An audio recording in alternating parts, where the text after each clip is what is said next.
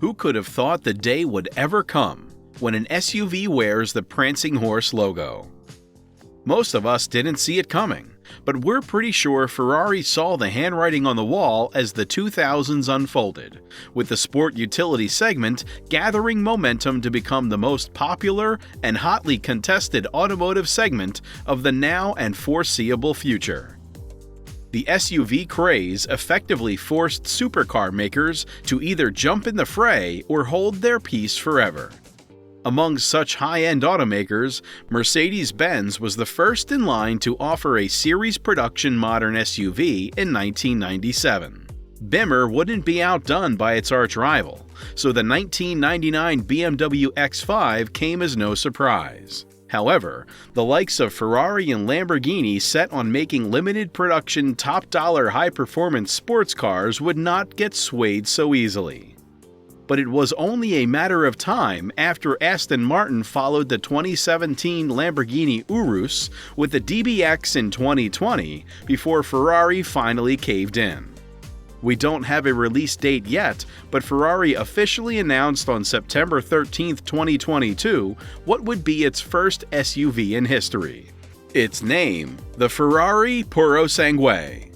They've been stitching the Purosangue together since 2017, and now it's almost ready to join its buddies in the super SUV market for the 2023 model year. If it's going to compete with the likes of the Cullinan that's been around since 2019, or the Bentayga turning heads since 2015, its aesthetics better speak a language that gearheads understand. That said, the Purosangue's design is quite interesting because it's marked the Italian marque's first ever four-door bodywork, as well as being its first high-riding automobile. That means a radically different design approach comprising a completely new, absolutely bespoke chassis to achieve the design elements of regular Ferraris on this new SUV with a Prancing Horse badge. From what we've seen, the design cues are aplenty. To take in the front fascia, your eyes immediately get drawn to the headlights, apparently inspired by the SP1 Monza just stretched. As you circle around the car, the vents behind the doors and kinked side windows remind you of the original four-seater FF, while the rear looks like a stretched take on the Ferrari Roma. It's a hands-down beautiful SUV we'll likely be talking about for years, just as we know not everyone will get pleased, which from our experience are typically disgruntled who hate the idea of Ferrari SUVs in the first place. It has the imposing stance to combat Cullinan and the looks to stare down the Urus, the Ferrari Purosangue engine and drivetrain. If you happen to be among the disgruntled fans, we think the naturally breathing 6.5-liter V12 should win you over. After all, this is a Prancing Horse, jacked up or not. The 12-cylinder engine wears the marque's signature red-painted valves to justify the 715 horsepower and 528 pound-feet of torque, with an 8,250 RPM redline. Ferrari confirmed the mill propels the Purosangue to 62 miles per hour from rest in 3.3 seconds, and a 193 mile per hour top speed. Furthermore, consider that the twin-turbo 3.9-liter V8 from the Roma could have been just fine here, although the Prancing Horse obviously has its sights set on the 6-liter W12-powered Bentayga. These figures already mean 18 horse jumps above the Aston Martin DBX 707. So the Purosangue is on track to become the most powerful production SUV, barring the Bimmer's upcoming XM with the promise of 750 horsepower later this month. We consider the Purosangue's four-wheel drive drivetrain an evolution of the GT-C4 Lusso, with power traveling directly to the front wheels via an electronic torque vectoring differential and to the rear wheels via a new 8-speed dual-clutch transmission. This drivetrain setup improves the Purosangue's front-to-rear weight distribution to 49 to 51. The Ferrari Purosangue's interior.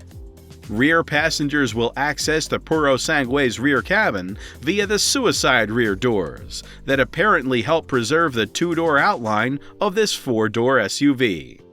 We weren't surprised to see it on the Cullinan, but a Ferrari? Both the front and rear cabin gets electronically adjustable individual bucket seats, making it clear that Purosangue isn't your typical family SUV. As if to further reinforce this point, both rows come with their own center console. And as you'd expect from a Ferrari, the interior is laden with high-end materials. The interior design language heralds performance and comfort both for the driver and the passengers, although the driver naturally gets the better experience. Take the curvy dashboard for instance. The cockpit is beyond driver-centric, with nearly all the controls literally at the driver's fingertips via the steering wheel. The lack of a centrally mounted infotainment touchscreen elicits a double take, considering that tablet-style displays are a rave these days.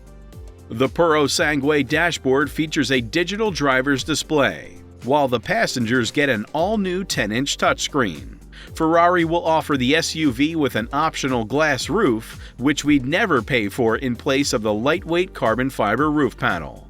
We'd rather spend that money on the special Ferrari luggage set to go in the 473-liter trunk, the largest on any production Ferrari. How much will the Ferrari Purosangue cost? We imagine Ferrari looks upon this SUV as a necessary evil, but that won't stop them from setting the price such that you'll probably need a hedge fund manager's salary to buy one. The automaker hasn't intimated official pricing for the Purosangue, but we won't get surprised with a starting price upward of $350,000 to $400,000. That'd make it more expensive than the Cayenne Turbo GT and even the Bentayga.